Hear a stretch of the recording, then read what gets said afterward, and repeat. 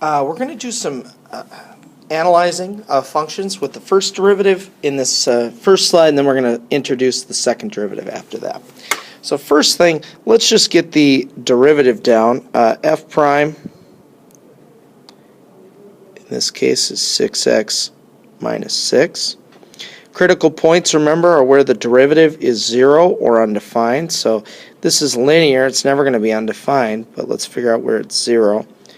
If we add 6 to both sides, divide by 6, we're going to get a critical point at x equals 1. Okay. Now, when I put that on a number line, and this is what we're talking about when we say classify, I'm going to put 1 on a number line. Okay, it's my one and only critical point. And I'm looking at the derivative, okay, and that's important. Sometimes people say, well, what should I be plugging things into? We're analyzing the derivative because the derivative being positive is going to tell us if the function is increasing. The derivative being negative is what's going to tell us if the function is decreasing. So we're analyzing the derivative with our sign analysis. So if I plug in a number less than 1, 6 times that number minus 6 will be negative. If I plug in a number that's greater than 1, okay, from over here, 6 times that number minus 6 will be positive. So the derivative changes from negative to positive, meaning the function changed from decreasing to increasing, meaning this is a minimum. And the justification, of course, would be that f prime changes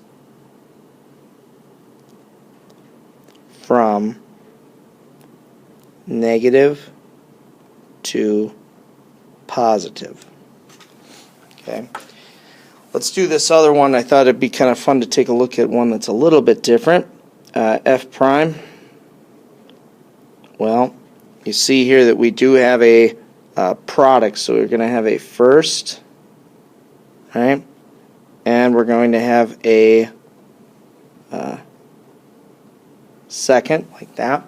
So we do first multiplied by derivative of the second plus second multiplied by derivative of the first. There we go. Now, it's usually easiest to locate critical points if we can do a little factoring. So let me do that. I can take a 2e to the x out. I'm left with just x plus 1 if I'm setting that equal to 0. Well, 2e to the x, this will never be 0. Okay, and if you think about, if I can just draw a kind of a miniature little sketch here of e to the x, or 2e to the x, remember it looks kind of like that, right? It's exponential. It never touches 0. I'm just going to put like a little x under it. We don't have to worry about this. This will never be 0. Okay. Okay. But of course here, what would make that 0 is negative 1. So that is our one and only critical point. So we go put that on a number line, negative 1. And once again, we are going to be analyzing the derivative. Okay. And remember that this first part will always be positive. Yeah, make a big positive sign here. So if I plug in a number less than negative 1, I get positive multiplied by negative, and that's negative.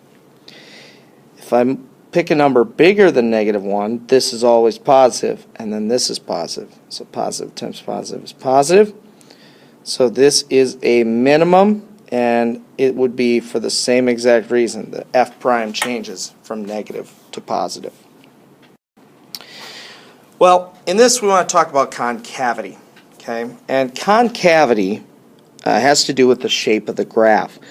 If something is opening up like this, it's concave up. If something is opening down, it's concave down. So you can kind of look and say, well, okay, this is concave up, this is concave down, this is concave up, and this is concave down. These spots in the middle, if I can kind of just put some little spots here, that, maybe somewhere over here, maybe somewhere here, those spots where the concavity changes are what are called inflection points. Okay, so an inflection point, I'm just going to write inflection point is where concavity changes. Okay, hard to pick that out in a graph, so we often use the first and second derivative. Okay, now as you look at this, think about the derivative. So the derivative was negative here, negative, negative, then positive, positive, positive, and then it begins to be less positive because it's leveling out. Something is concave up when the derivative is increasing. Okay. If I drew the derivative here, I put an x cubed. Let me draw the derivative quick because it's 3x squared. It looks like that.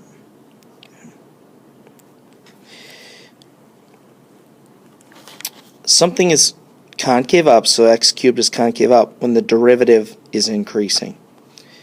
And it's concave down when the derivative is decreasing. Okay, so you can see here it's concave down, it's opening down here. Well, it's still kind of hard to go through the work of looking at the derivative where it's increasing or decreasing every time, so instead we use the second derivative. If I tell you that sure where that came from. If I tell you that the derivative is increasing, that means its derivative, the second derivative, is positive. Okay? Think about that right along here, that when the derivative, the green one here, is increasing, its derivative would be positive. Well, if a derivative is decreasing, that means its derivative is negative. Now, an inflection point is where the concavity changes. So you'll see here that it's where the derivative was decreasing then increasing. So it's where the derivative changes direction, f prime. You could say a max or min. I just think it's usually easiest to just generalize and say it's changing direction. So it's where f double prime changes signs. It is not enough to say the second derivative is 0. It must actually change signs there, okay, for the concavity to change.